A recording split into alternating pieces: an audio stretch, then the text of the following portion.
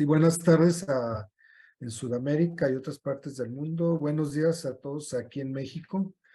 Muchas gracias a todos los asistentes por acompañarnos y estar conectados, sí, a través de Facebook y Zoom y participar en el Seminario Internacional de Salud Pública, que es organizado por la Universidad Nacional de Colombia, la Universidad del Oeste de Santa Catarina en Brasil, el Instituto Ageu Magalhães, la Fundación Osvaldo Cruz del Ministerio de Salud de Brasil, la Universidad Autónoma de Nicaragua, el Campus Managua, y por México, la Universidad Autónoma del Estado de Hidalgo, la Universidad de Ciencias y Artes de Chiapas, la Universidad Juárez del Estado de Durango, la Universidad Autónoma de San Luis Potosí, la Universidad Autónoma de Nayarit, la Universidad Veracruzana y la Universidad de Guadalajara.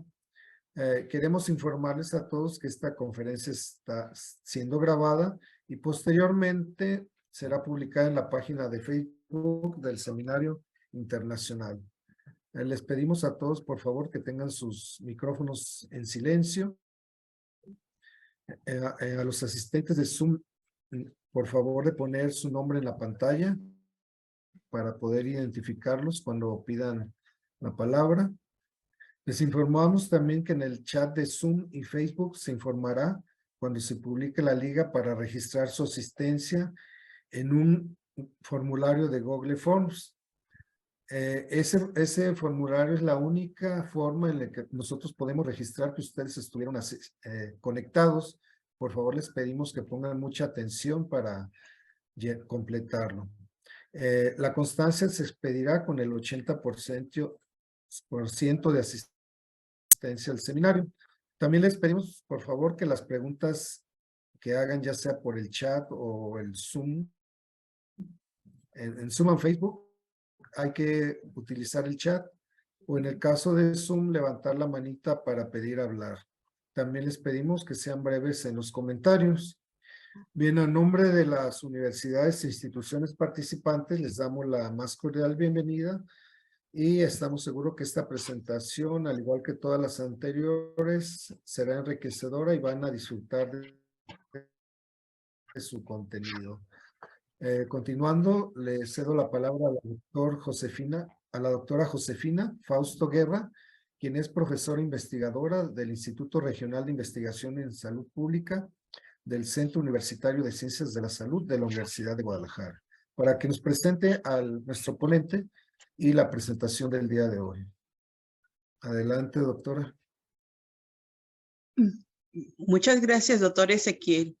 Buenos días a todos los que nos acompañan.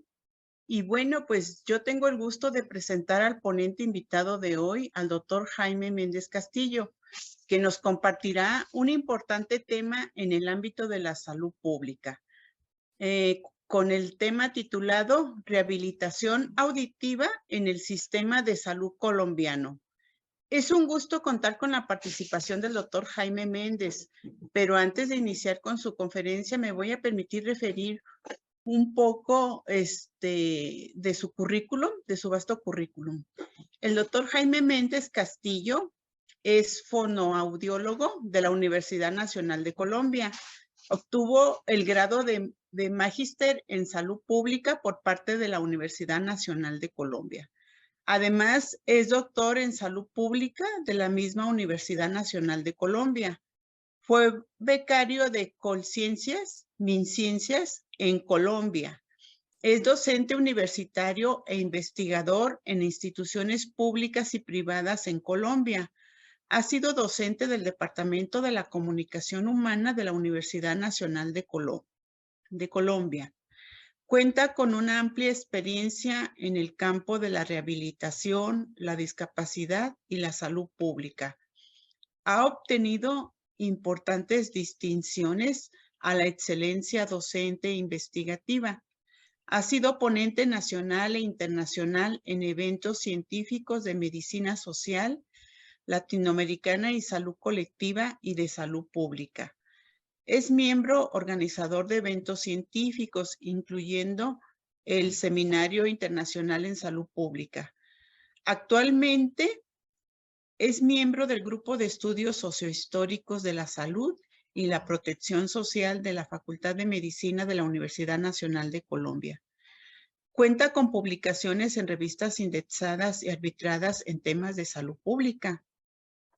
Y bueno, sin más preámbulo, iniciamos con la conferencia. Cedo la palabra al doctor Jaime. Buen día, doctor Jaime. Adelante, lo escuchamos. Muy buenos días, doctora Josefina. Buenos días para todos y todas las personas que nos acompañan en la sesión habitual de nuestro Seminario Internacional en Salud Pública. Hoy tengo el gusto de compartir con ustedes un tema que no es tan de la preocupación de la salud pública y que es un gusto poder compartirles, digamos, esta importante ponencia que se ha venido también debatiendo en el sistema de salud colombiano, ahora en este proceso de reforma que se está planteando y discutiendo en el Congreso de la República.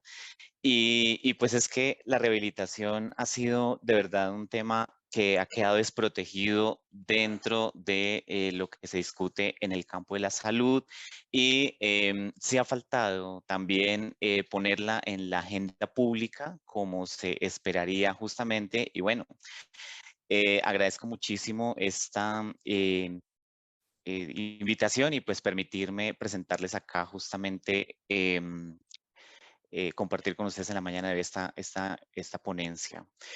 Bien, antes de iniciar de hablar de rehabilitación en el sistema de salud, quiero comentarles lo siguiente. Resulta que en el grupo de estudios sociohistóricos de la salud y la protección social de la Universidad Nacional de Colombia, que es donde estudiamos todos estos temas relacionados o articulados al sistema de salud, venimos haciendo un rastreo desde hace varios años a algo que se llama, y que seguramente ustedes han escuchado mencionar, como complejo médico industrial, ¿sí? Este asunto del complejo médico industrial viene precisamente de una lógica del complejo militar industrial de los Estados Unidos. ¿Y por qué les cuento esto? Porque entender la rehabilitación en nuestro sistema de salud ha sido un reto precisamente en el marco de un complejo médico industrial que se ha venido configurando también en nuestro sistema de salud, como seguramente se ha configurado en otros sistemas de otros países, ¿sí? Latinoamericanos. Entonces, este asunto del complejo médico industrial, los primeros que empezaron a hablar de esto en sí fueron dos esposos estadounidenses en su momento, en los años 70, cuando empezaron a ver que el sistema de salud de los Estados Unidos empezaba a generar rentabilidad por encima de la salud de las personas. Y lo escribieron en este libro, ¿sí? El Imperio Americano, Poder, Ganancias y Políticas.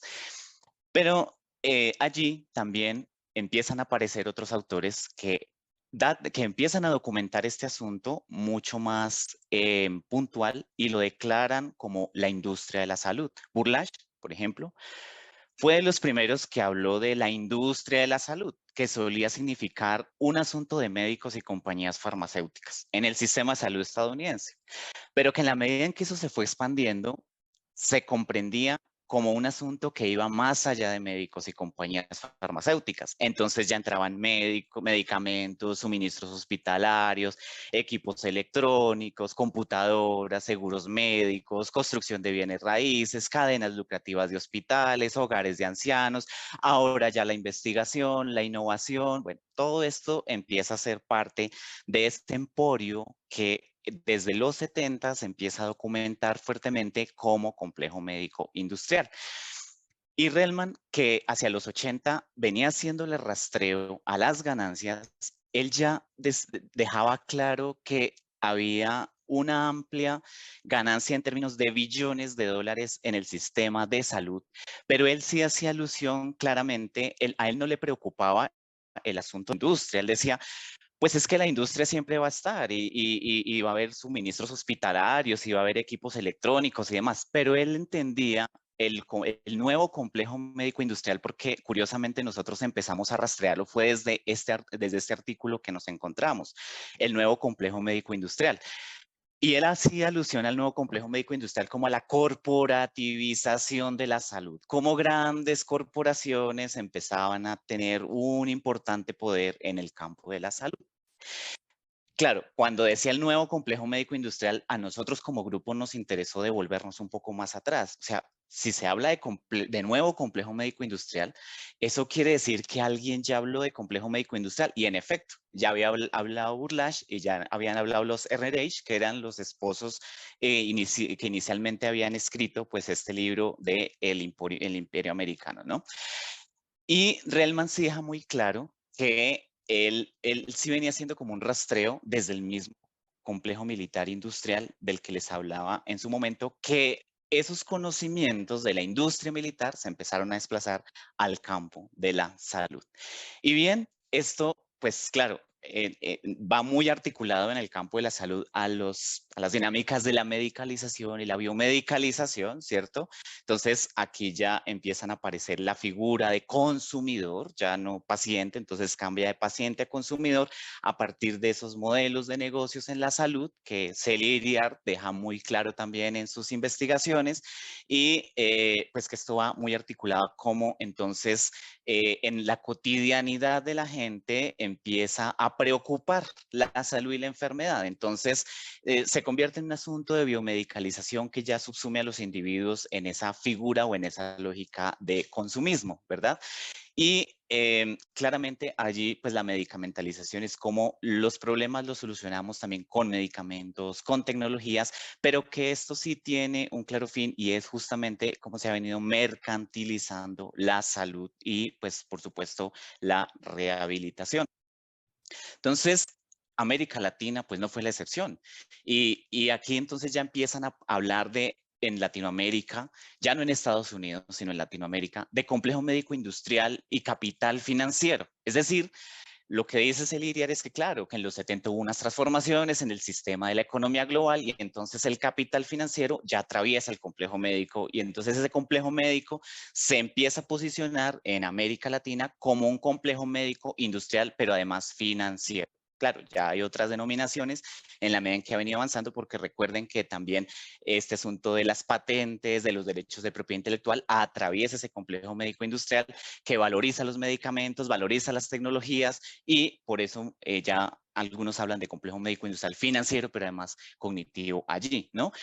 Y pues eso tuvo que ver todo con las reformas de América que se dieron en América Latina. Lo que pasa es que esto se ha venido rastreando poco a poco, pero miren que de todas maneras investigadores, investigadoras que han venido hablando de las reformas sí ya ponen ese complejo médico industrial como parte de lo que empezó a transcurrir en las reformas de los sistemas de salud de América Latina y cómo eso se fue cada vez más profundizando con las mismas políticas que venían pues imponiendo cada país.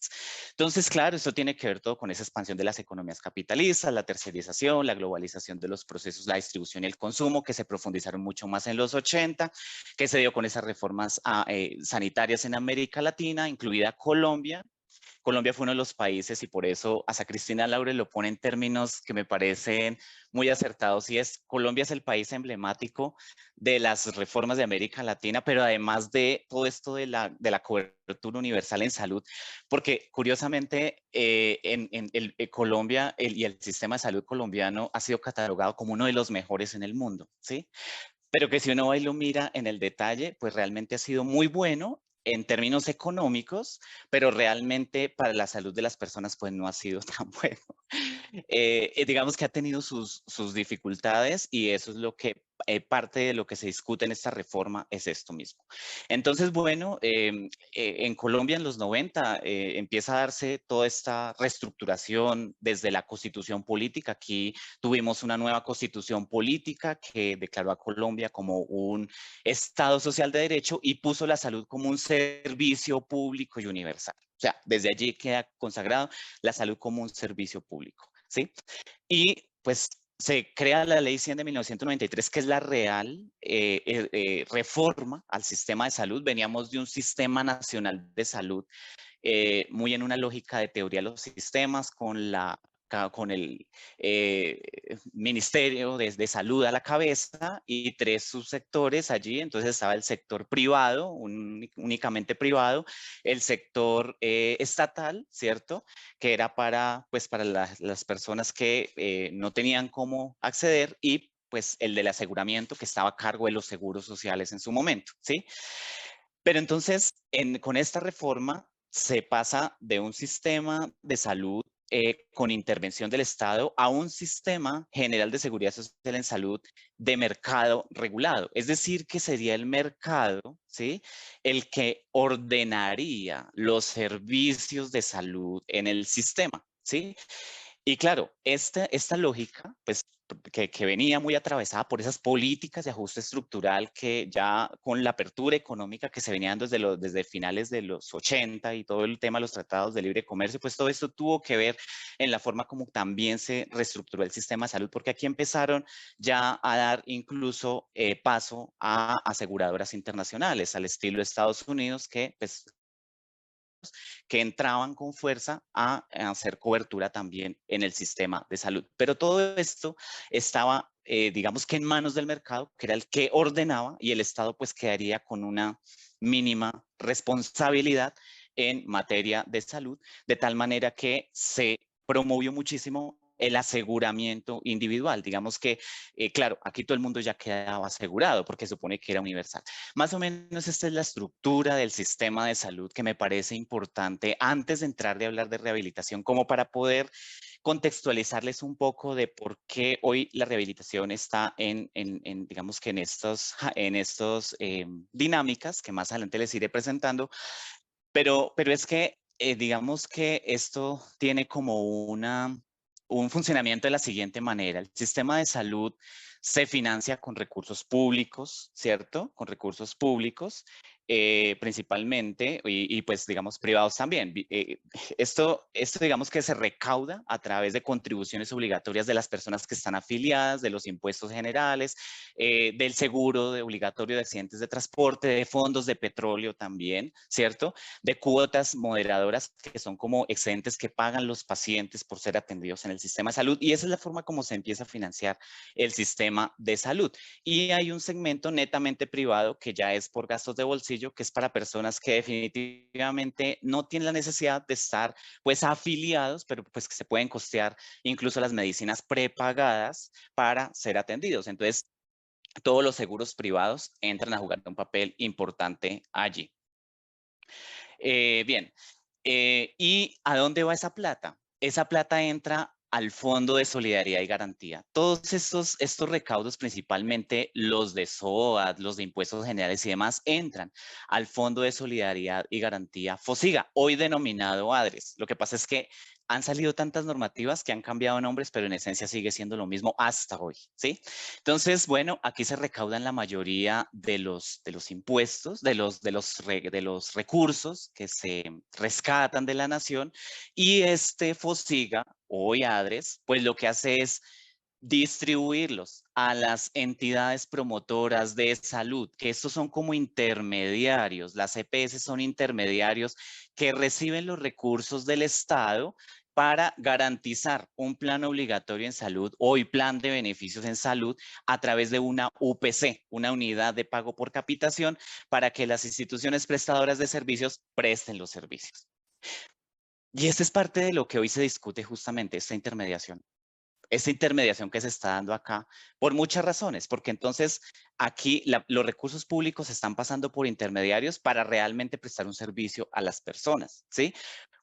Cuando la reforma actual lo que está pidiendo es que se haga directo el pago a los prestadores de servicios de salud. Y con esto ha habido un problema. ¿Por qué? Porque entonces las IPS, que son las instituciones prestadoras de servicios de salud, que son públicas y privadas, porque hay de las dos, pero lo que ha ocurrido con las públicas ha sido complejo porque se han quebrado, y se han quebrado o se han ido a la crisis financiera y al cierre y liquidación porque las EPS no les pagan lo que le facturan las IPS por prestación de servicios. Ese ha sido un gran problema, ¿sí? Entonces, muchas instituciones, sobre todo las públicas, empresas sociales del Estado, que las convirtieron, en su momento eran empresas sociales del Estado y quedaron convertidas en IPS públicas, pues quebraron.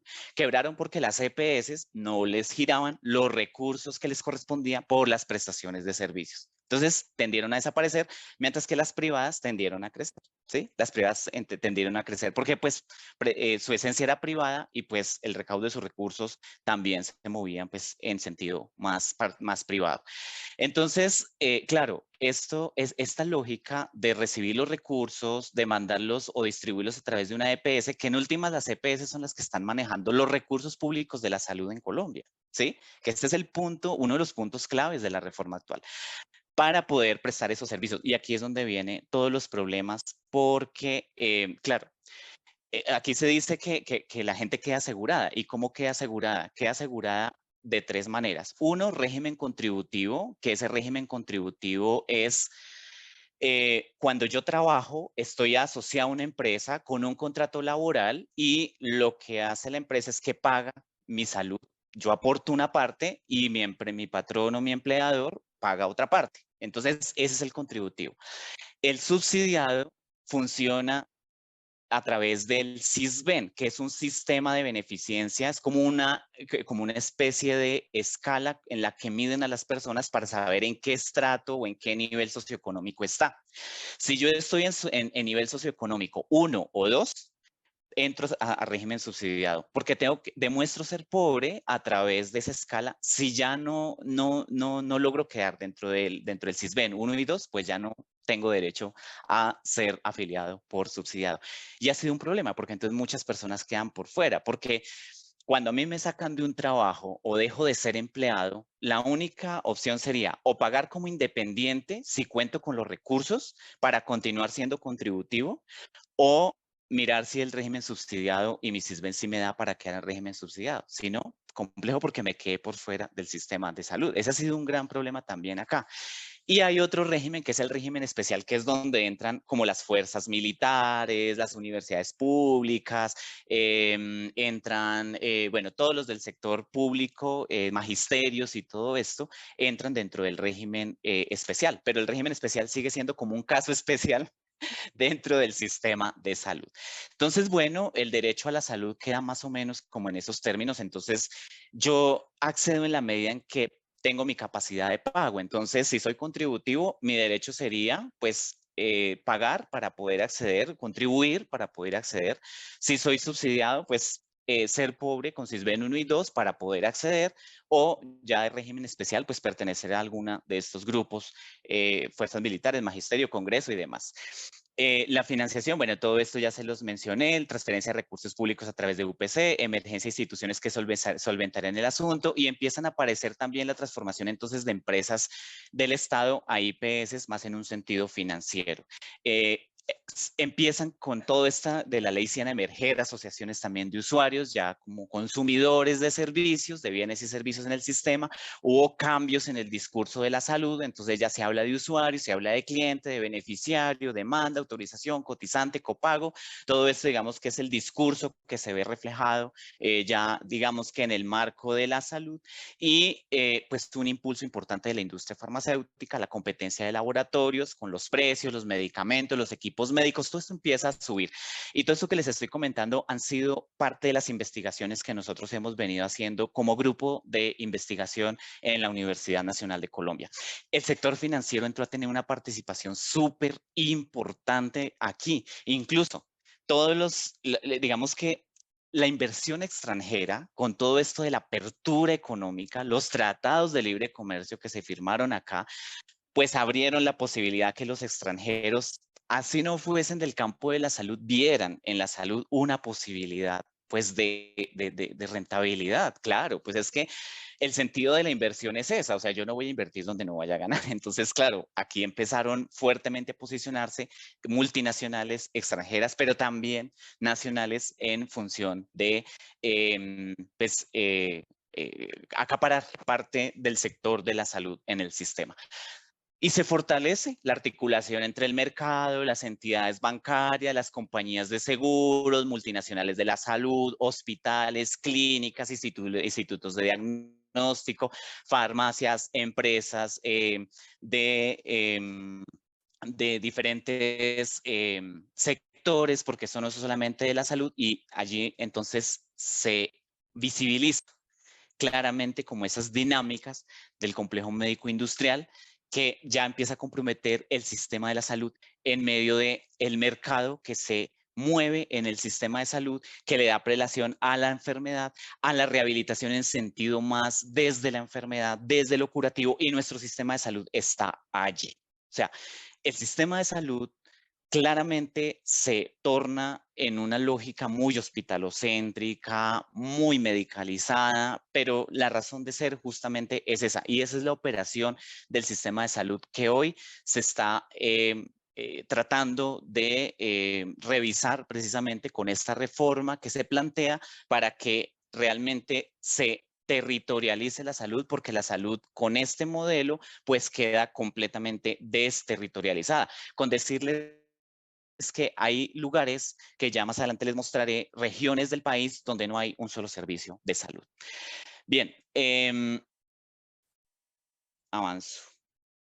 Ya, entonces aquí les quiero presentar algunos ejemplos de las grandes empresas, monopolios, consorcios que han venido teniendo participación en el sistema de salud.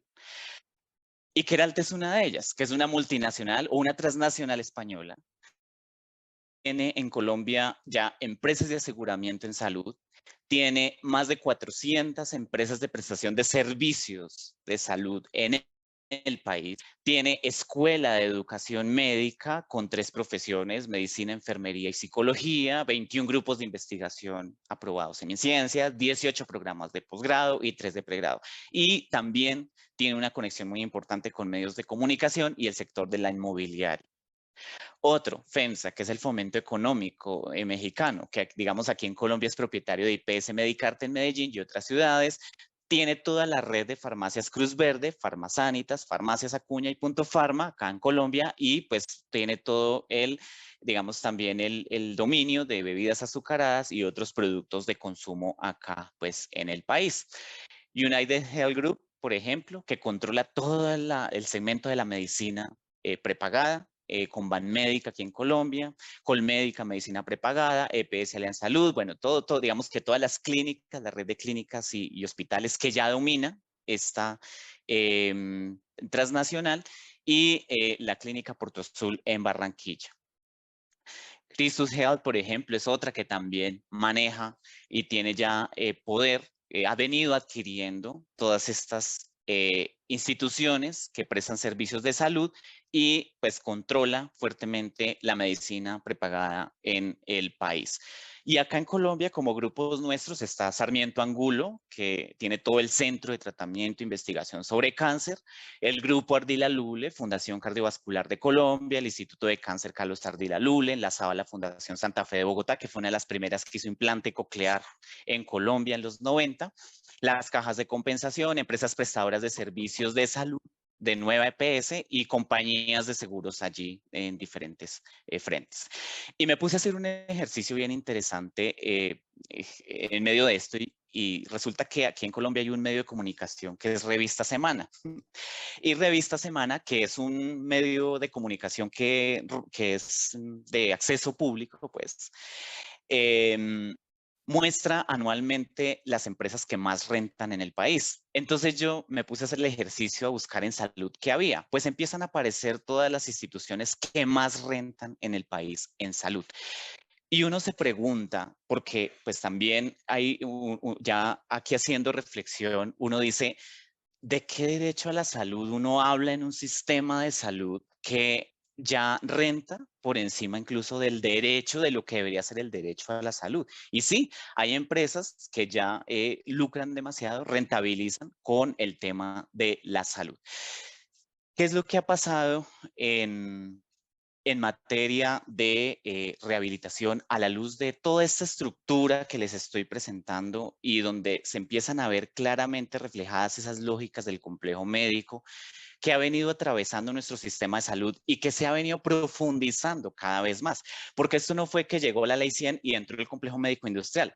Esto se empezó a ver principalmente desde los años 2000, cuando empieza a haber un crecimiento en materia de salud en el país, en términos económicos y rentables en el sistema de salud. Entonces, claro, con esto lo que uno ve reflejado en materia de rehabilitación es que hay pérdida de autonomía profesional en rehabilitación por lo siguiente. Con esta estructura del sistema de salud, aparte de que es un sistema de salud donde las EPS son las que realmente ordenan no solamente los servicios, sino la manera como se deberían prestar los servicios de salud, pues el profesional pierde completamente la autonomía para decidir sobre sus pacientes. Y cuando hablo de profesional, es que también entran los de la medicina, incluso, y otras profesiones del campo de la salud.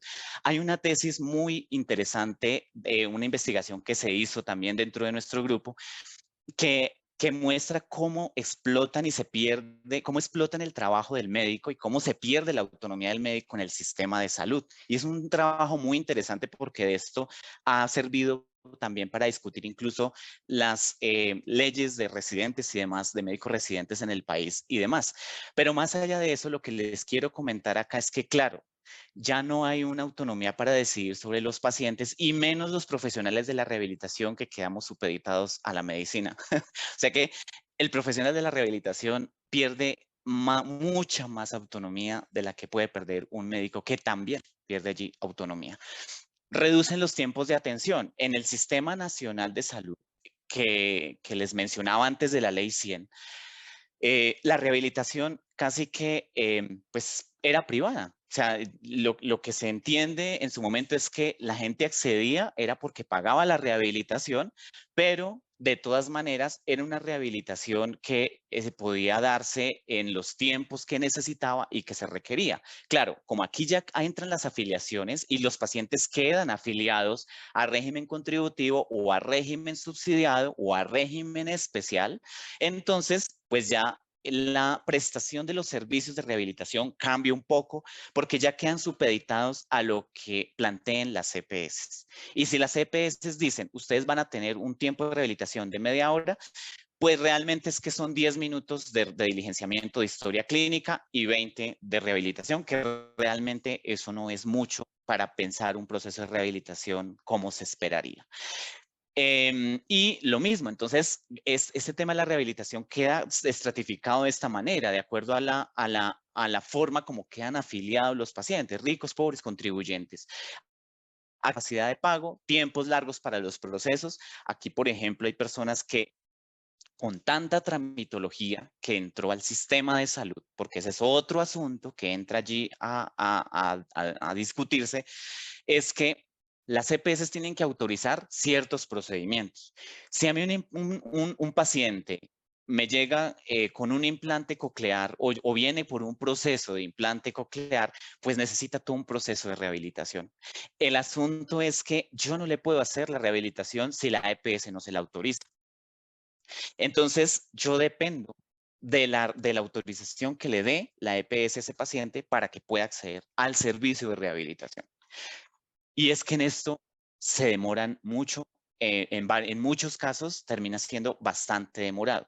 Hay personas que duran con un implante en su cuerpo, implantados allí, pero sin un proceso de rehabilitación y puede tardar meses, un año y medio, hasta 2 años. Hemos encontrado pacientes, sobre todo en zonas rurales, que tienen un implante en su cabeza, pero no les sirve para nada porque no tienen la rehabilitación que necesitan. Son casos que hemos logrado también recoger para sustentar un poco lo que viene ocurriendo con la rehabilitación auditiva en el sistema de salud. Y la atención se empieza a convertir entonces en un tema de número de pacientes por sesión de rehabilitación. Entonces, convocan a 9 o 10 pacientes, los ponen en una misma sesión, en un mismo espacio, ¿cierto? Y a todos les hacen exactamente lo mismo. Porque es que entonces, y nos hemos encontrado que incluso pacientes que tienen problemas de habla, les hacen procesos de rehabilitación auditiva en el mismo espacio. Claro, la lógica es esta. Al sistema, en últimas, bueno, a las EPS, en últimas, les conviene facturar o que les facturen por número de pacientes, independientemente de que se les esté resolviendo la necesidad, porque las necesidades claramente son distintas. El asunto es que están convocando a más pacientes dentro del mismo espacio para un solo profesional. Y lo curioso también es que al profesional le terminan pagando exactamente lo mismo. O sea, a mí me están pagando una sesión, no me están pagando 10 pacientes, una sesión. Pero para el sistema sí hay una rentabilidad en términos de que yo estoy facturando no una sesión, estoy facturando 10 pacientes. Entonces, bueno, esa es parte de una de las realidades duras en términos de rehabilitación auditiva. Y como todo esto empieza a ocurrir porque la gente o no accede o no recibe los procesos de rehabilitación auditiva, acude a algo que se llama tutela. Tutela como mecanismo de derecho a la salud, se supondría. Y uno empieza a ver, a recoger qué ha venido pasando desde los 90 hacia acá, y lo que ve es que año a año van incrementando el número de tutelas en el país por prótesis, por procedimientos, por medicamentos, por tecnologías para la rehabilitación auditiva, y cada vez más, pues esto se va incrementando, se va incrementando, se va incrementando. ¿Por qué? Porque claro, cada vez que a mí me niegan un servicio de salud o un servicio de rehabilitación, ¿quién paga? Es el Estado, no la EPS, ¿sí? Porque claro, recuerden que el FOSIGA o la ADRES, que es la que recauda todos los recursos públicos, pues se los va a pasar a la EPS por UPC, pero si la EPS me negó a mí mi servicio, llega la tutela a la EPS, pero la EPS no va a decir, yo voy a pagar de acá. Va al FOSIGA y les dice que llegó una tutela por cierto procedimiento, por ciertos medicamentos, por ciertas tecnologías, por implantes cocleares, por audífonos para la audición, y entonces el FOSIGA tiene que desembolsarle esa plata a la EPS. O sea, le están sacando doblemente los recursos al Estado. O sea, realmente el Estado es el que está pagando un montón de recursos que no tendría por qué hacerlo cuando ya hay unos recursos que se han destinado precisamente para ello por esa unidad de pago por capitación, que sería garantizar ese plan de beneficios o post antes llamado, porque esto ha venido cambiando, que incluso, curiosamente, hay más tutelas en pos de alto costo, y tiene toda la razón porque, claro, es lo que más le cueste al Estado, ¿no? O sea, lo que más se pueda extraer en términos de recursos para el Estado. El asunto es que en 2008 ya las cortes estaban completamente saturadas en tutelas por todo tipo de servicios, insumos, bienes y demás en el sistema de salud, que declaró la sentencia T760-2008, que fue la que abonó de alguna manera la ley estatutaria en salud de 2015, que vendría a abogar por el derecho fundamental a la salud de las personas.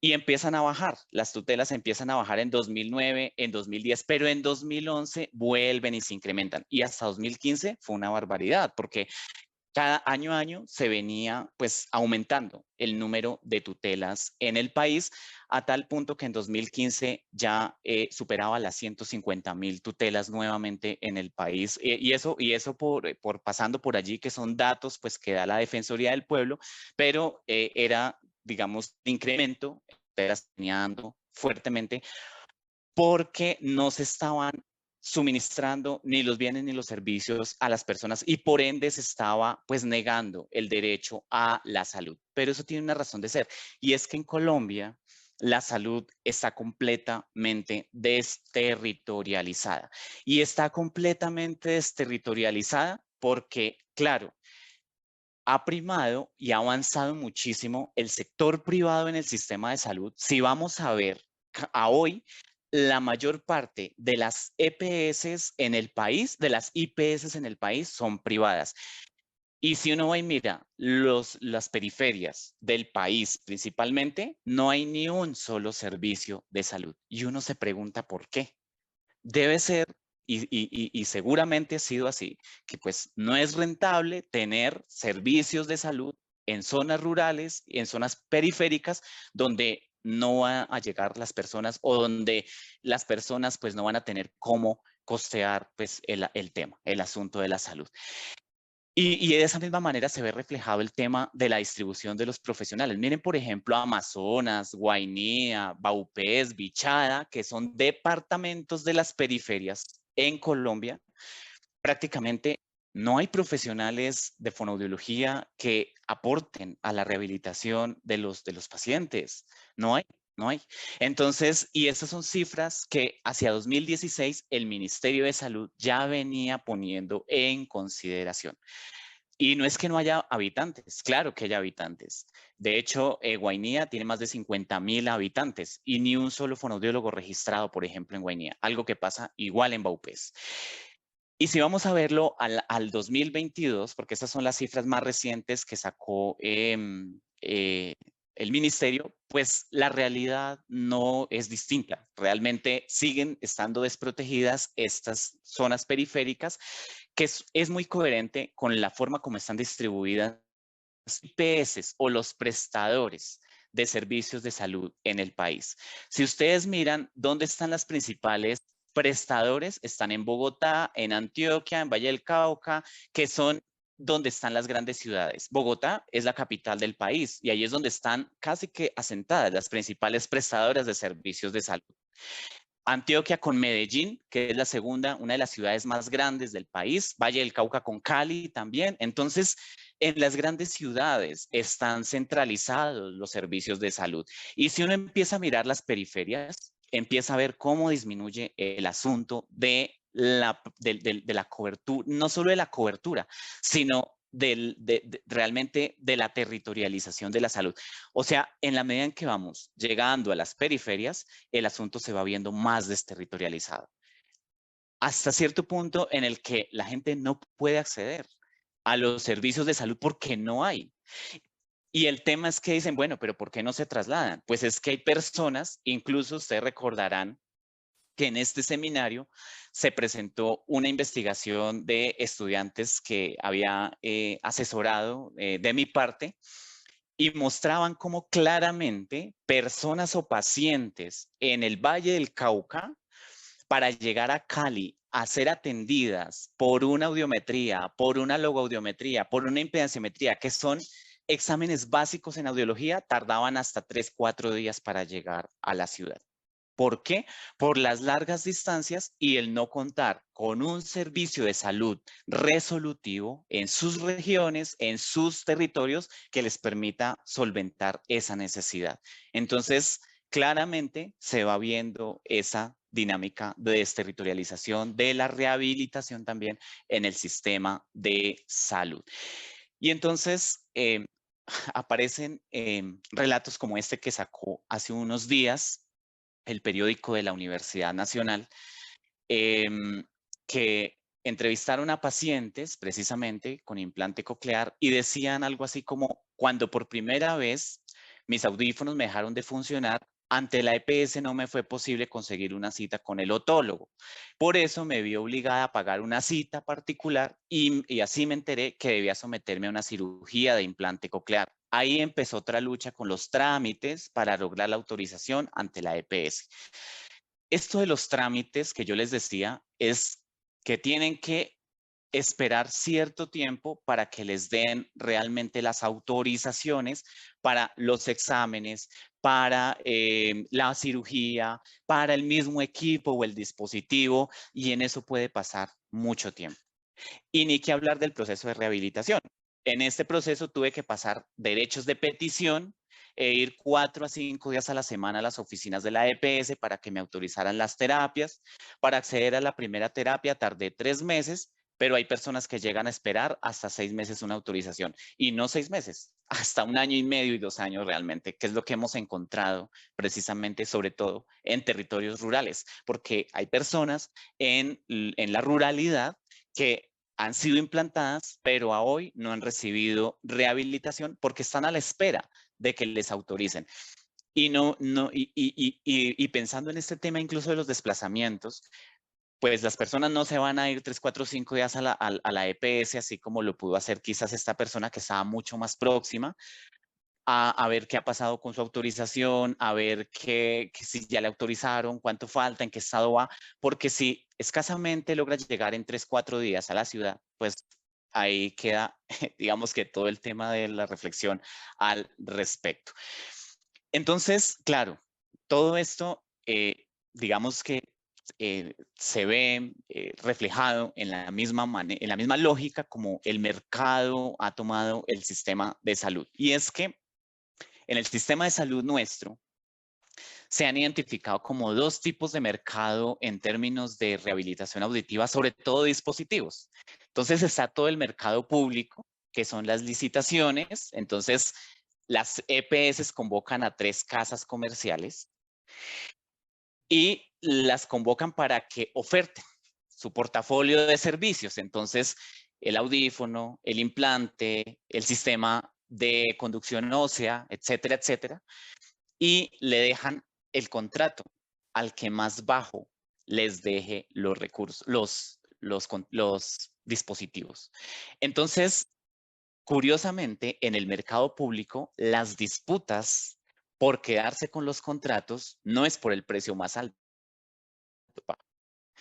Entonces, pero claro, si van a dejar un número de dispositivos, eso de todas formas es representativo, porque si van a contratar por, no sé, 10,000, 20,000 dispositivos, eso es de todas formas plata para las instituciones, para las empresas que producen y distribuyen estos dispositivos auditivos y que el sistema pues asume allí. Pero entonces, bueno, detrás de todo esto, incluso se han encontrado dinámicas de corruptela, porque hasta las mismas EPS ya tienen contratados los que les van a ofrecer estos o quienes les van a adquirir estos dispositivos, ¿cierto? Y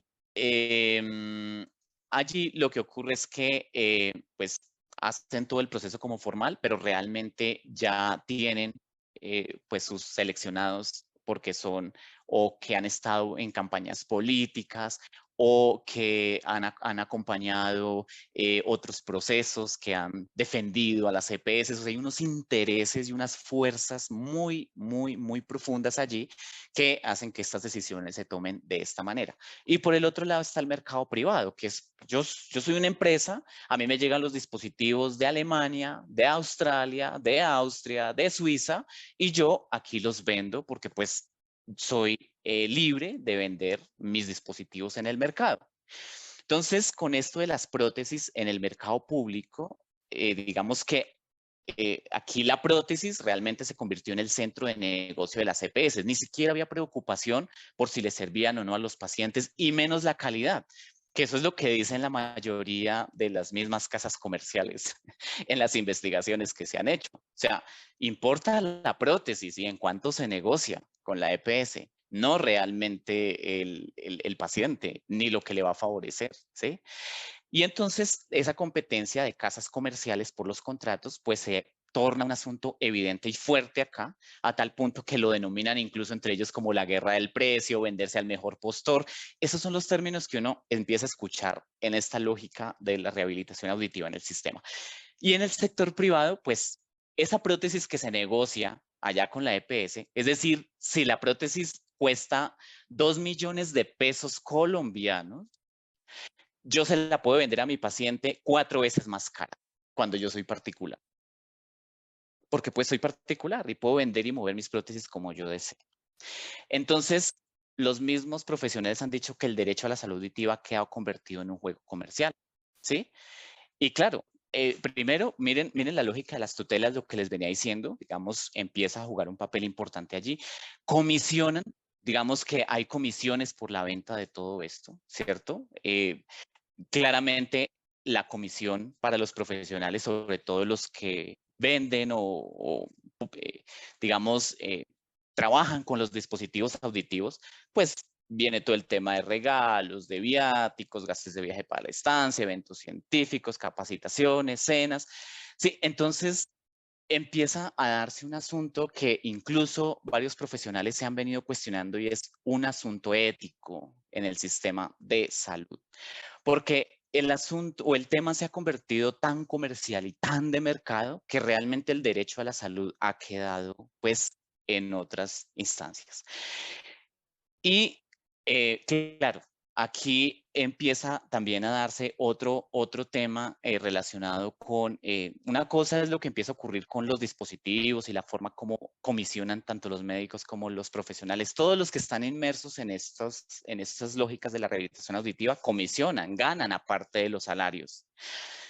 Porque es que la cirugía cuesta, por ejemplo, cuesta plata. Y el dispositivo cuesta también. Entonces, la cirugía y el dispositivo, en el caso de los implantes cocleares, pues ya vienen juntos, o sea, venden el dispositivo, pero además pagan la cirugía. Y hay una comisión por la casa que da la casa comercial o la casa matriz, como la llaman, para los médicos que tienen cierta afinidad con las casas comerciales. Entonces, por eso es que hay profesionales que se casan con una casa matriz porque pues saben que allí está la comisión justamente puesta para ellos, ¿sí? Y pues los profesionales que hacen las terapias y todos los procesos de rehabilitación, pues también empiezan a recibir comisiones por todos los procesos que hay alrededor de las dinámicas de los dispositivos. Adicionalmente a este tema de las tutelas, es importante hacer alusión que las tutelas son un asunto que permite que realmente se lucren mucho más las EPS porque recobran los dispositivos en el caso de la rehabilitación auditiva o los mismos procesos de rehabilitación al Estado. Entonces, cuando llegan las tutelas a las EPS, las EPS, pues se lo recobran por 2 o 3 veces más al ADRES o al FOSIGA, es decir, al Estado. Entonces, el Estado está sacando tantos recursos, perdón, para solventar las necesidades que realmente es uno de los, como les mencionaba, es uno de los puntos álgidos de esta reforma, donde se replantea el manejo de los recursos. Porque no puede ser que se continúen saqueando los recursos del Estado de esta manera, recobrándolos a como se quiera y prestando un servicio que muchas veces no es completo o ni siquiera llegan a prestar los servicios de salud que se requerían. Y algo curioso, por ejemplo, acá en Colombia es que, claro, en medio de toda esta lógica, también este asunto de los sordos y la misma lengua de señas se ha visto bastante vulnerada, porque, claro, prima la lógica del dispositivo, de la tecnología, ¿cierto? Y no tanto el de la lengua de señas. Incluso la Corte Constitucional en el 2002 declaró, perdón, en Colombia, la lengua de señas como un asunto inconstitucional.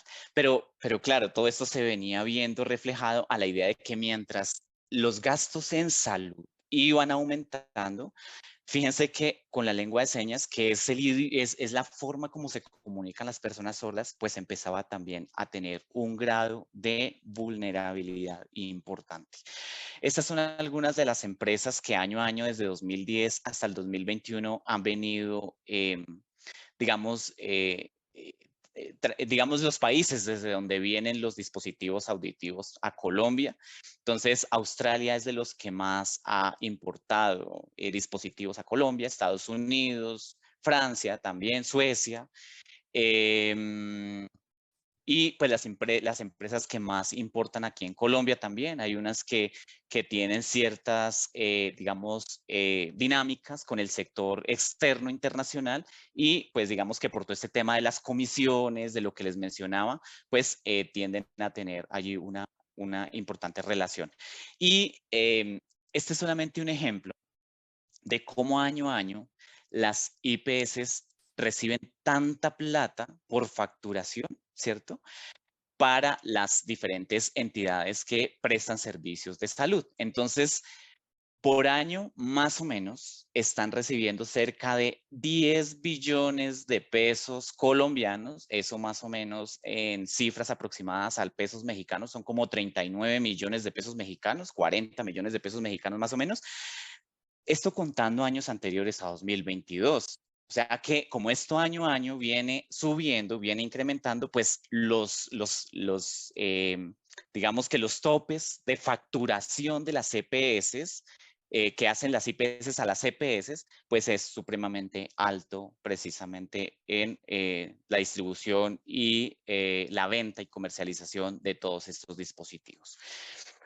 Bueno, entonces ya para ir cerrando, quiero comentarles que los costos de la rehabilitación, que además es costosa, son pagos por el Estado, indudablemente. Hay una confusión y muchos acá, incluso en el marco de esta reforma, lo plantean como que, pero si es que lo pagan las EPS, claro, pero es que a las EPS las financia el Estado. O sea, empecemos por ahí, que los recursos con los que se mueven las EPS son del Estado, porque son las que el Estado es el que le desembolsa a la hora del TED los recursos para los prestadores que van a operar como prestadores de servicios de salud. El sistema cada vez más ha impulsado el consumo de bienes y servicios en rehabilitación y eso es lo que se ha venido viendo. O sea que la gente realmente está accediendo a consumo, ni siquiera al derecho fundamental a la salud, que es lo que debería estar presente en el sistema de salud.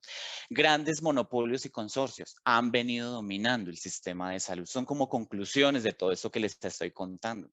Se ha venido planteando la reestructuración del sistema de salud hacia la promoción de la salud y la prevención de la enfermedad. Y allí, precisamente, pensando un sistema de salud que no solo se dedique a la atención, que no solamente se dedique a curar la enfermedad, a rehabilitarla en sí, sino que vele realmente por otros procesos relacionados con la salud de las personas, agua, alimentación, saneamiento. Es que eso es lo que dicen los determinantes sociales de las desigualdades injustas y evitables. Desde el mismo informe de la Comisión de los Determinantes Sociales se viene diciendo esto. Entonces creo que en esta reforma un poco es afectar todos esos determinantes sociales de la salud que vayan dando como lugar a cada vez menos centrarse en la atención a enfermedades de alto costo y realmente desbordarse a la atención primaria en salud en clave de derecho fundamental a la salud. Es un poco la apuesta de lo que se está en este momento discutiendo en el sistema de salud nuestro, en el Congreso, y pues que vamos a ver hasta dónde se da este proceso de reforma. Bueno, muchas gracias. Esto era lo que les quería como compartir.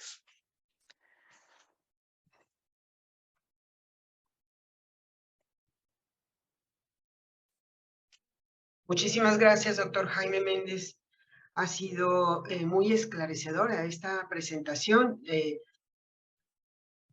Si bien ha sido el título Rehabilitación Auditiva en el Sistema de Salud de Colombia, bueno, la sesión ha sido una revisión profunda del sistema de salud de Colombia desde la perspectiva de quienes se dedican a la rehabilitación auditiva, lo cual me parece muy enriquecedor porque efectivamente todos los países latinoamericanos estamos en un momento distinto de ese proceso, si bien algunos con intención de revertirlo, con ese proceso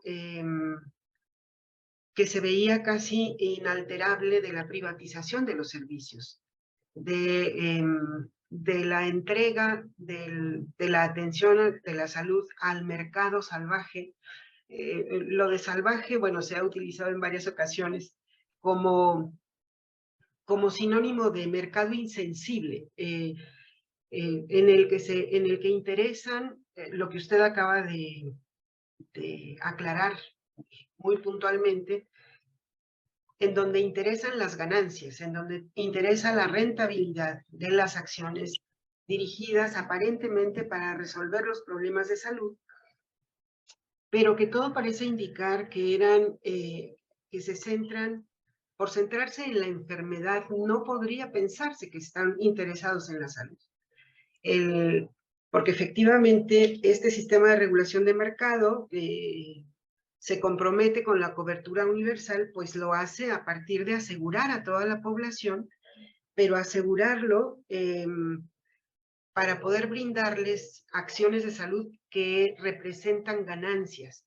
Y entonces toda la parte preventiva desaparece automáticamente porque es a partir de la presencia de la enfermedad como se inicia esta relación para ellos virtuosa, porque finalmente la población no va a poder ser, no se va a poder desprender del consorcio hospitalario, de la corporación farmacéutica, de toda esta red que lo recibe y lo va a conservar.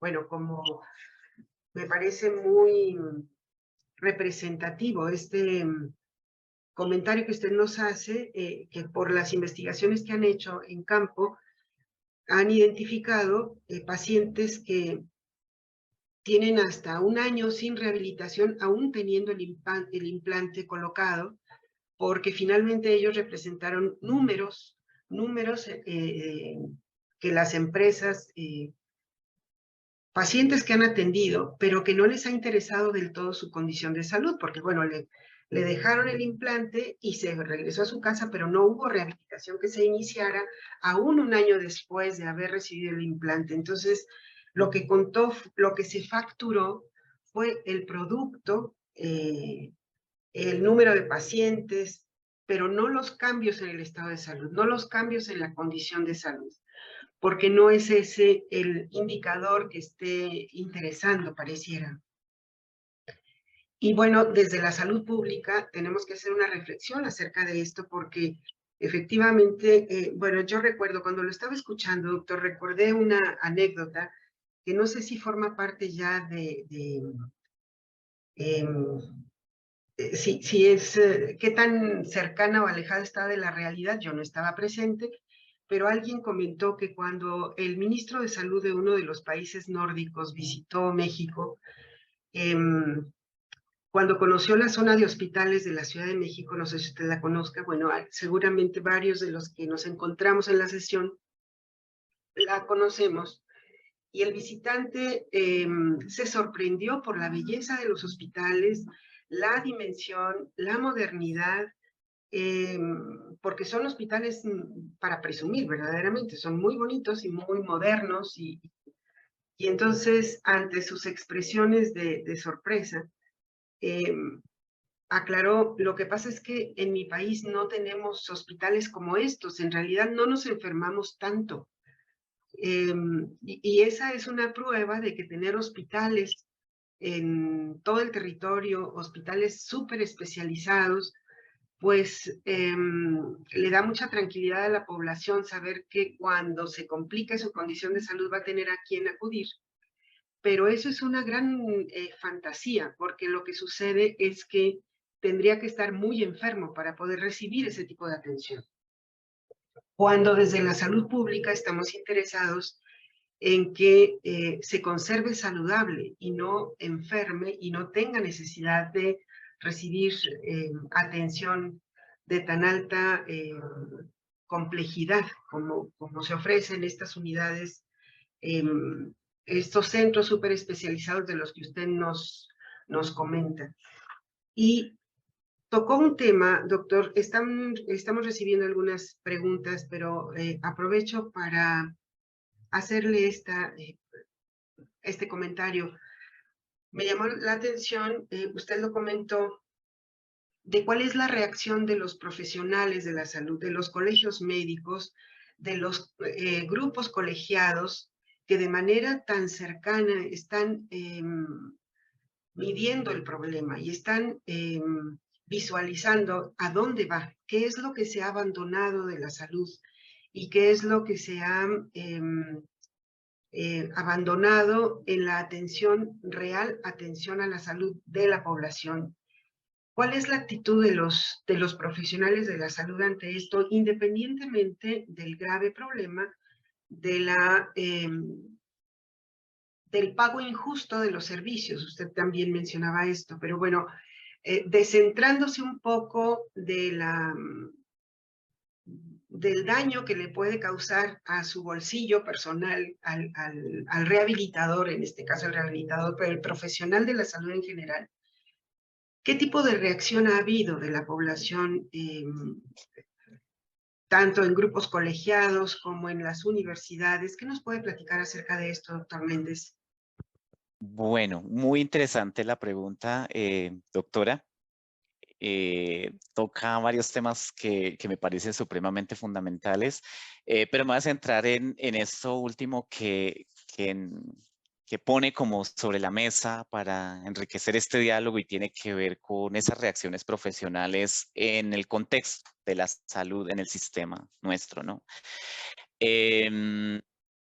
Aquí se encuentran como asuntos divididos, ¿no? Por un lado, los profesionales que pues piensan más en cómo de pronto lucrar, cómo de pronto obtener más recursos, ¿cierto?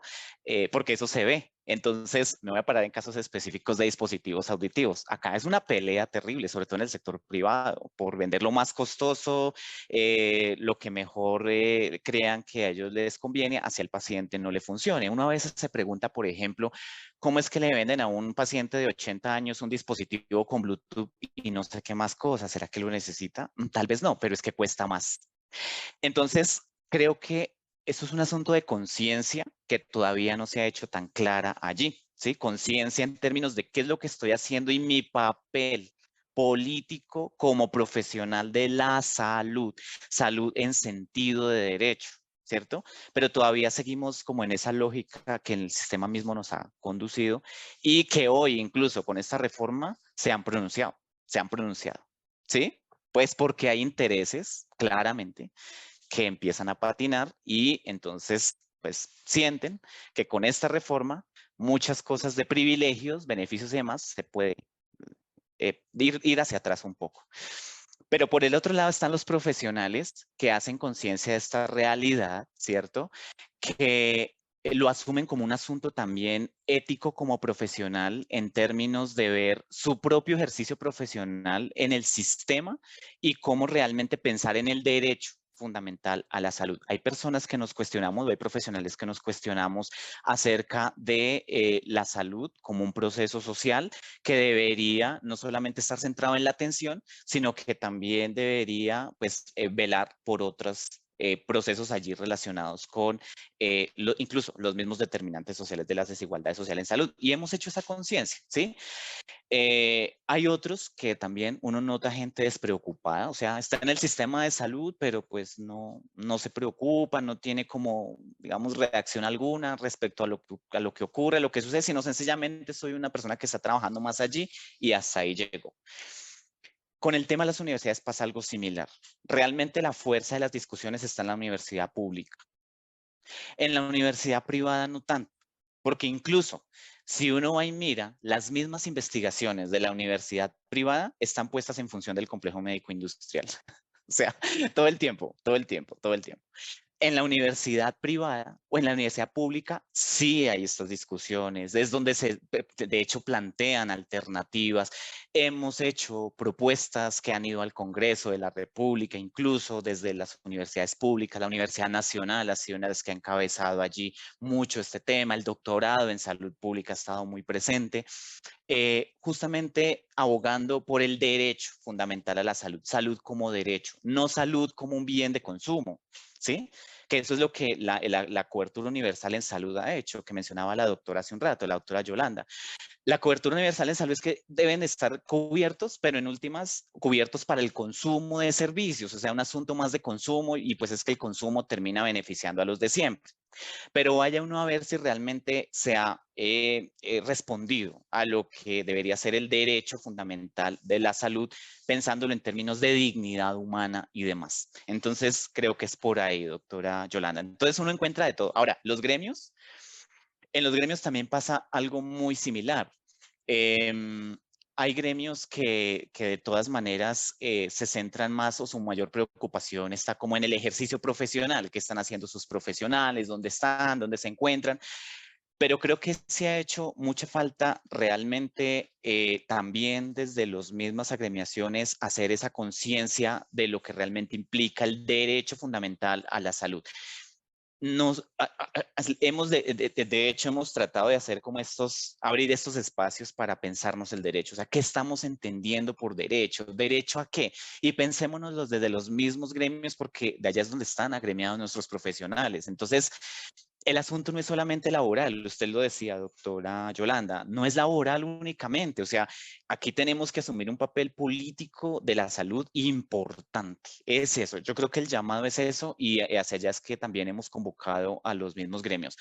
En esta semana que pasó, tuvimos reunión con el Ministerio de Salud y convocaron a los gremios precisamente para estos debates. Vengan, ¿cómo están entendiendo ustedes la salud?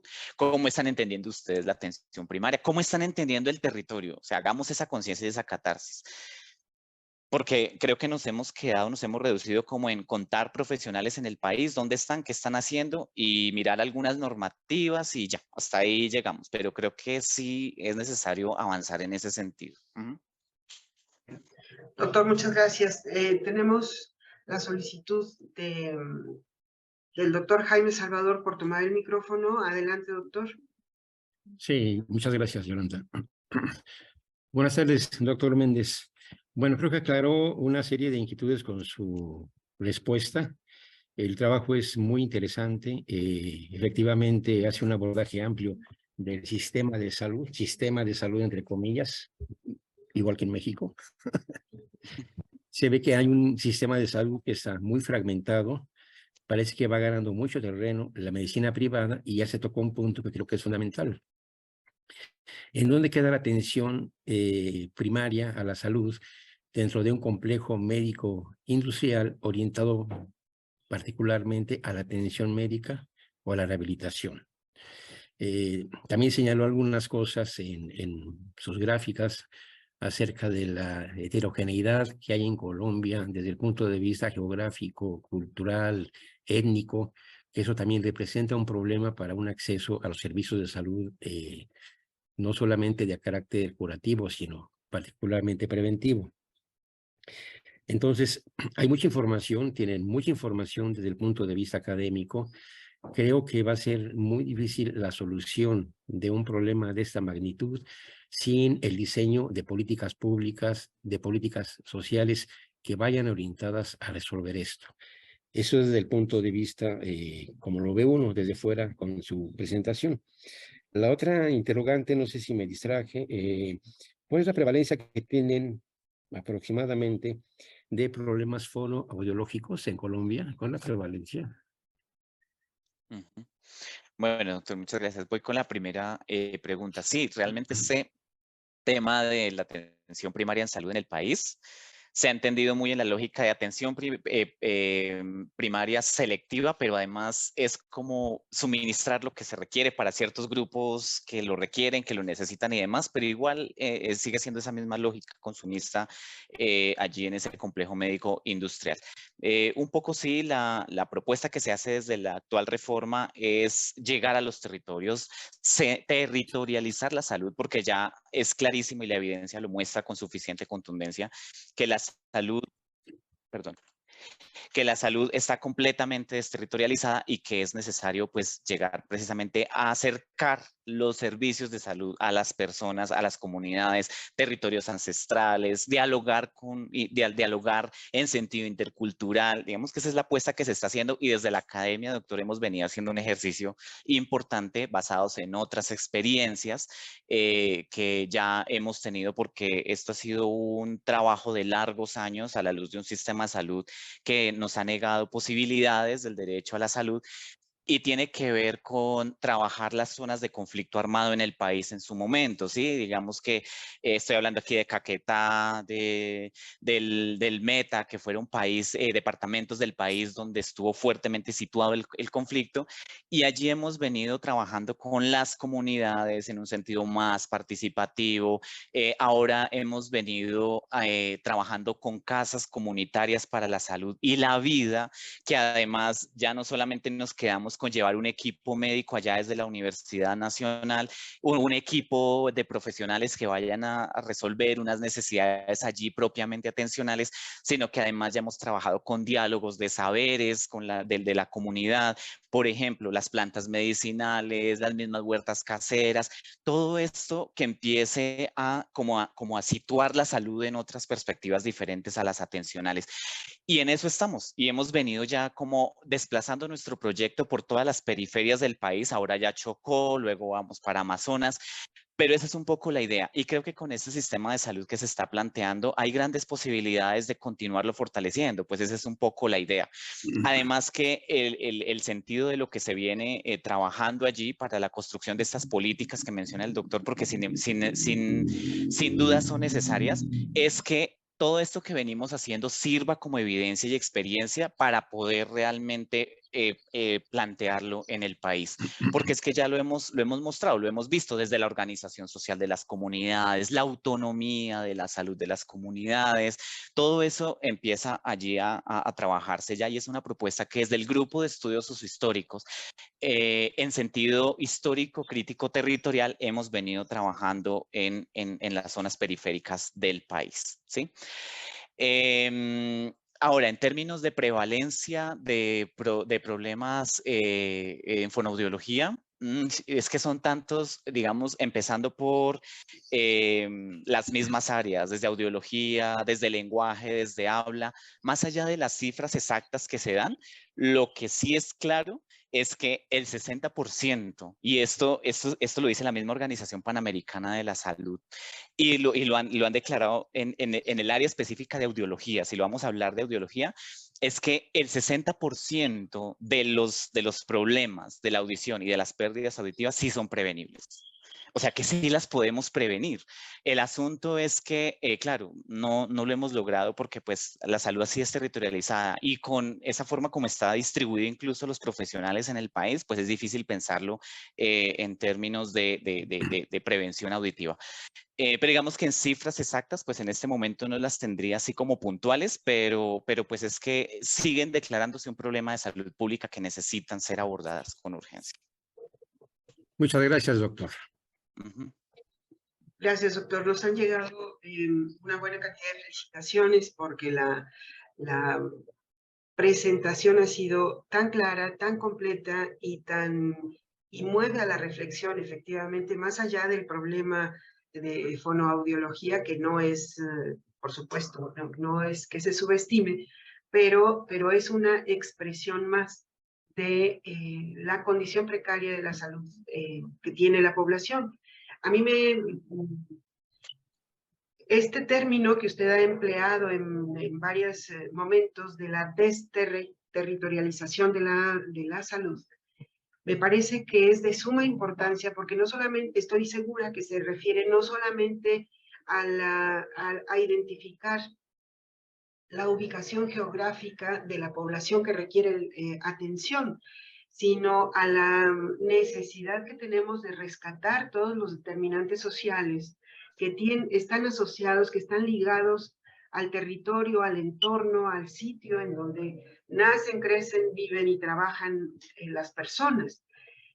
Porque eso le da una condición específica, le da una especificidad al perfil epidemiológico de quienes viven en el Valle del Cauca o quienes viven a las orillas del río Magdalena o no sé, las zonas que pueden estar muy depauperadas, en condiciones muy ventajosas o verdaderamente privilegiadas.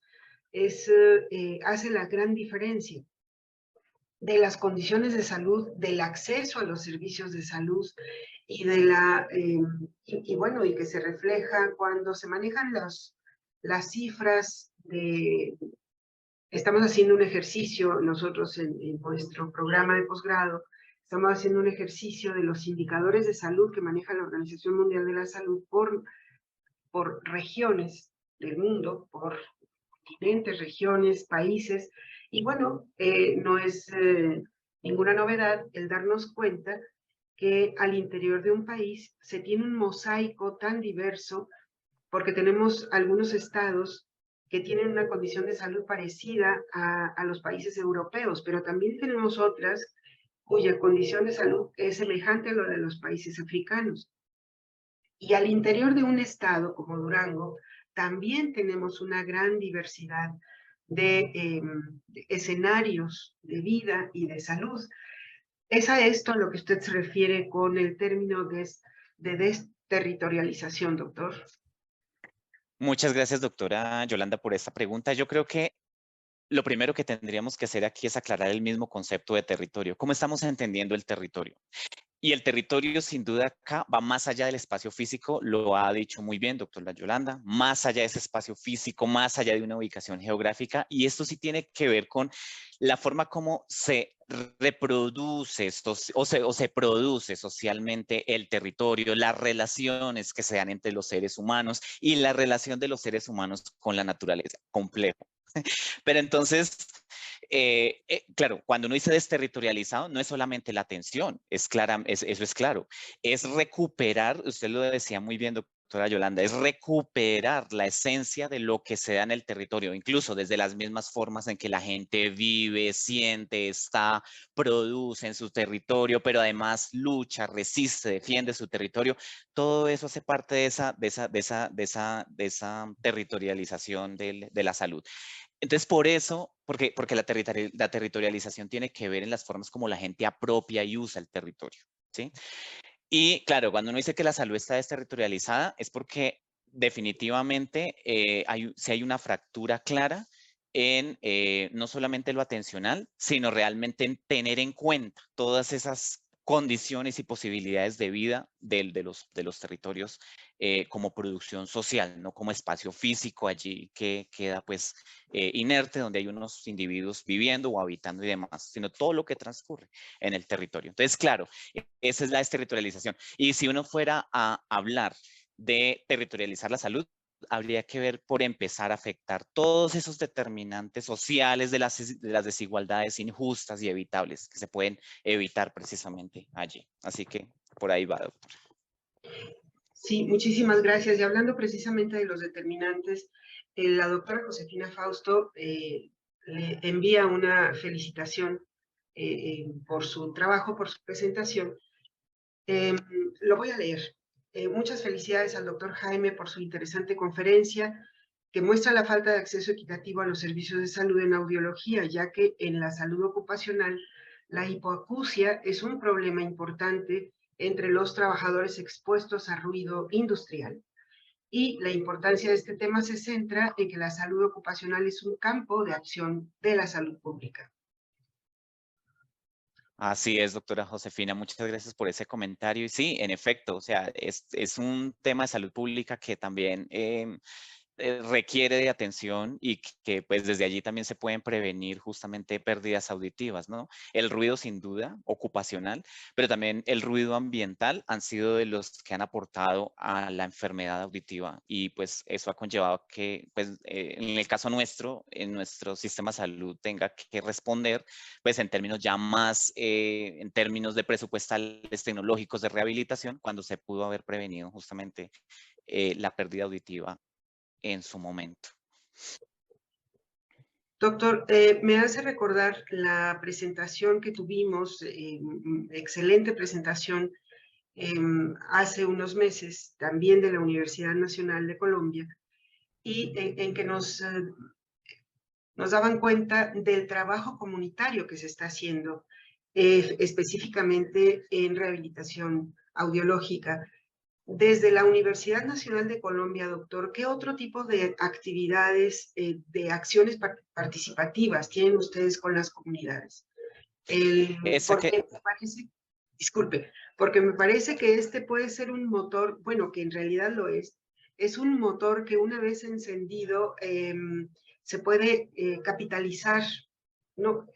Se puede aprovechar de la manera virtuosa para las acciones de educación para la salud y de todas las acciones preventivas, que puede, la punta de lanza puede ser la especialidad o el área que llegue primero, pero una vez estableciendo contacto, una vez estableciendo comunicación con la comunidad, La comunidad es muy noble en este sentido de que cuando se siente atendida, entendida, escuchada, tiene respuestas muy favorables a las acciones que se le proponen. ¿Qué nos dice al respecto, doctor? Muchas gracias, doctora Yolanda. Sí, desde el Centro de la Comunicación Humana de la Universidad Nacional se ha venido trabajando, o las docentes que han venido trabajando temas relacionados con audición, por ejemplo, en acercamiento a las comunidades, sí tiene que ver con educación para la salud. Acabaron de hacer un proyecto interesante con la misma comunidad educativa de la Universidad Nacional por el uso de dispositivos de música, por iPod, bueno, por MP3, MP4, bueno, por dispositivos de música y demás, en términos de cuidar la salud auditiva a futuro, porque el uso prolongado de estos dispositivos, además cuando el volumen de ellos no es el adecuado, pues a futuro puede generar pérdidas auditivas. Y han hecho una articulación allí con neurociencias, por ejemplo, para explicar desde neurociencias también y trabajar con la comunidad universitaria de jóvenes, por ejemplo, cómo cuidar la audición y por qué la importancia de cuidar la audición, además de algunas acciones encaminadas a la educación para precisamente trabajar en ese sentido. Hemos hecho también trabajo con localidades de Bogotá, ¿sí?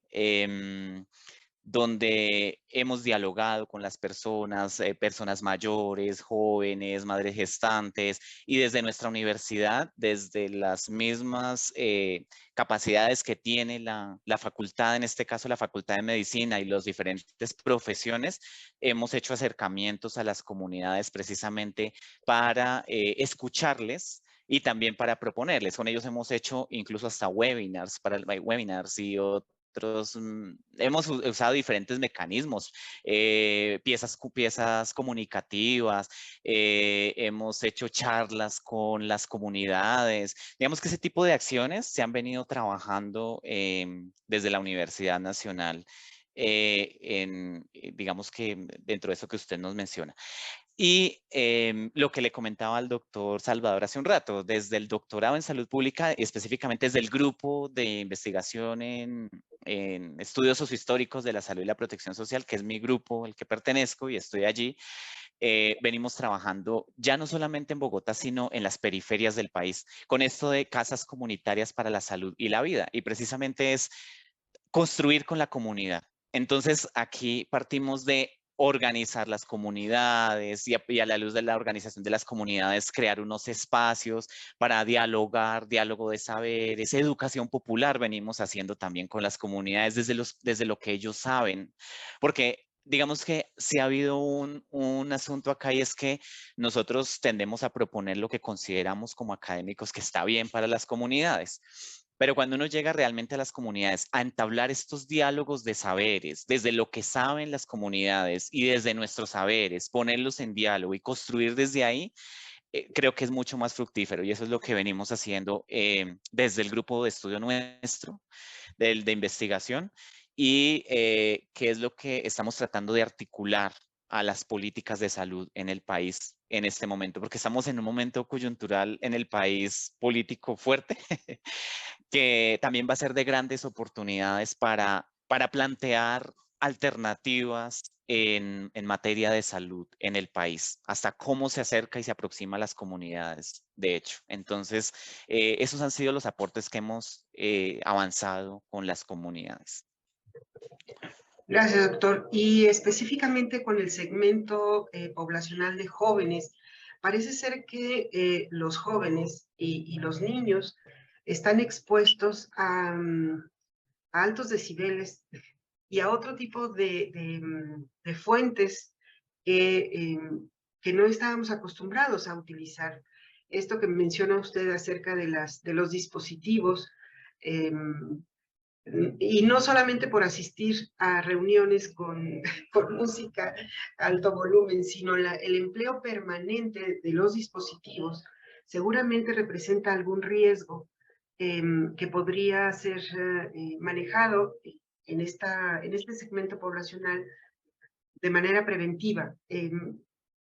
Menciona que ustedes ya tienen este tipo de acciones programadas, doctor. Si quiere ampliar un poco más, le agradeceríamos. Gracias. Sí, eso es en la Universidad Nacional, desde el Centro de la Comunicación Humana, se ha venido como trabajando en función de esos procesos de educación para la audición, porque si bien es cierto, usted lo decía, doctora Yolanda, el uso prolongado de estos dispositivos, los altos volúmenes y otros procesos allí relacionados que afectan la audición, pues sí van a tener unas repercusiones al futuro. La misma Organización Mundial de la Salud lo dice y lo estima. Estima que incluso dentro de unos años ya 50 millones de personas y un poco más tendrán ese problema de audición por justamente hábitos inadecuados en el uso de estos dispositivos musicales. Además, porque es que la gente o lo que uno encuentra en los jóvenes es que van en el medio de transporte con los auriculares. Yo me he puesto a hacer esos análisis. Cuando uno se sube a un medio de transporte público, mira quiénes están alrededor. Y uno se da cuenta que de 20 personas que van alrededor, 2 o 3 van sin dispositivos en el oído. El resto, todo el mundo está conectado, escuchando música o hablando por teléfono, o no sé qué, o las noticias o la grabación, lo que sea, pero van conectados a ese tipo de dispositivos. Entonces, claro, habría que ver cuál es el uso que le están dando en tiempo realmente de permanencia a estos dispositivos para saber o para también pues entrar a generar como ese ejercicio de conciencia a través de la educación, que es lo que hemos venido tratando de hacer en la comunidad universitaria de la Universidad Nacional, o es lo que ha venido haciendo el Departamento de la Comunicación Humana en cabeza de la profesora María Fernanda Lara, que es la que ha estado muy al frente de este proyecto y que pues busca en sí reducir de verdad el riesgo, todos los riesgos posibles de la pérdida auditiva, porque en los jóvenes universitarios es una realidad, o sea, no los van a dejar de usar. El asunto es brindarles toda la educación posible, la conciencia posible y bueno, pues que los usen pero de manera adecuada. Entonces, en eso se enfoca muchísimo el proceso también en la universidad. Gracias, doctor. La doctora Lourdes Mota Morales, profesora e investigadora de la Universidad de Veracruz, nos hace llegar un mensaje que se lo voy a leer. Muchas gracias, doctor Jaime, por compartir la experiencia y conocimientos, desde poner en el escenario el Sistema Nacional de Salud y enfocarlo al tema que compete. Muchas felicidades, un gusto saludarle desde este espacio. Ella está asistiendo a esta sesión desde la Universidad Veracruzana.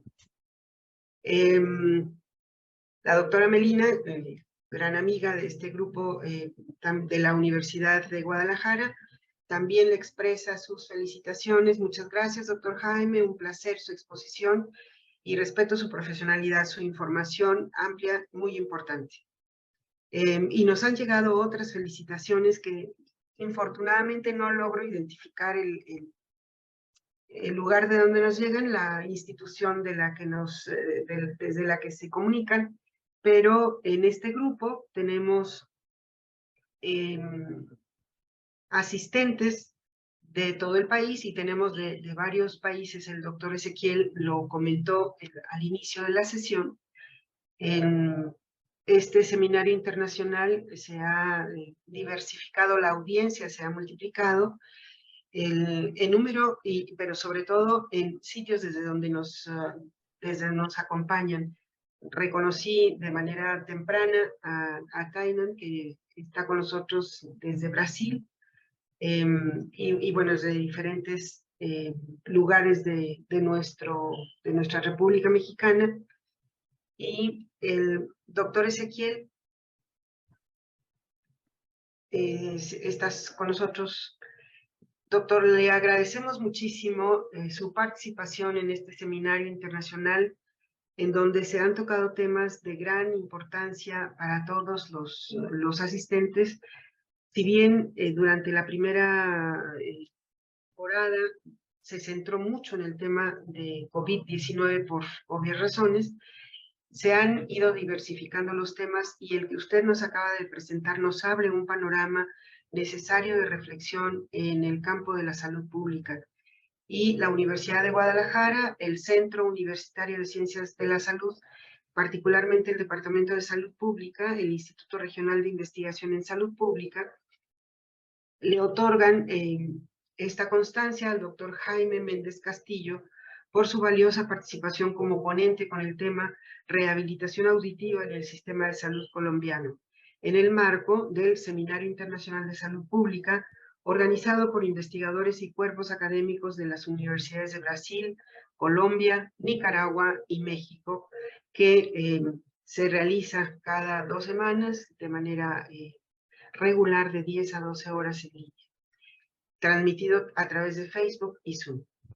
Atentamente, Piensa y Trabaja, 2023, año del fomento de la formación integral con una red de centros y sistemas multitemáticos, y la constancia tiene fecha del 13 de marzo del 2023 y está asignado por la doctora Silvia Graciela León Cortés, jefa del Departamento de Salud Pública, el doctor Ezequiel Magallón Gastelum, que es el director del Instituto Regional de Investigación en Salud Pública, y el doctor Noé Alfaro Alfaro, que es el coordinador general del evento, a quien saludamos afectuosamente y a quien le cedo la palabra. Doctor Noé Alfaro, adelante.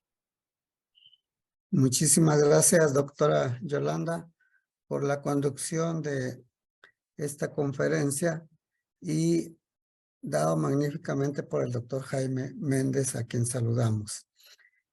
Al mismo tiempo, queremos invitarlos a la siguiente conferencia que será celebrada el 27 de marzo, en 15 días exactamente, por este Seminario Internacional de Salud Pública, cuyo título será Virus Oeste del Nilo, características y su presencia en México, que será presentada por la doctora Lourdes Gabriela Talavera Aguilar, del Centro de Investigaciones Regionales Dr. Hideo Noguchi, invitada por el grupo que coordina el doctor Ezequiel Magallón del Instituto Regional de Investigación en Salud Pública de la Universidad de Guadalajara. Los esperamos a todos en esta nueva conferencia y esperamos seguir contando con el favor de su atención y que podamos ir cumpliendo con sus expectativas de este seminario, que cada día llegamos a más audiencia, como lo ha señalado la doctora Yolanda Martínez. Los esperamos aquí, agradecemos su presencia y que tengan un buen inicio de semana. Buenas tardes, buenas noches para algunos lugares y los esperamos en 15 días.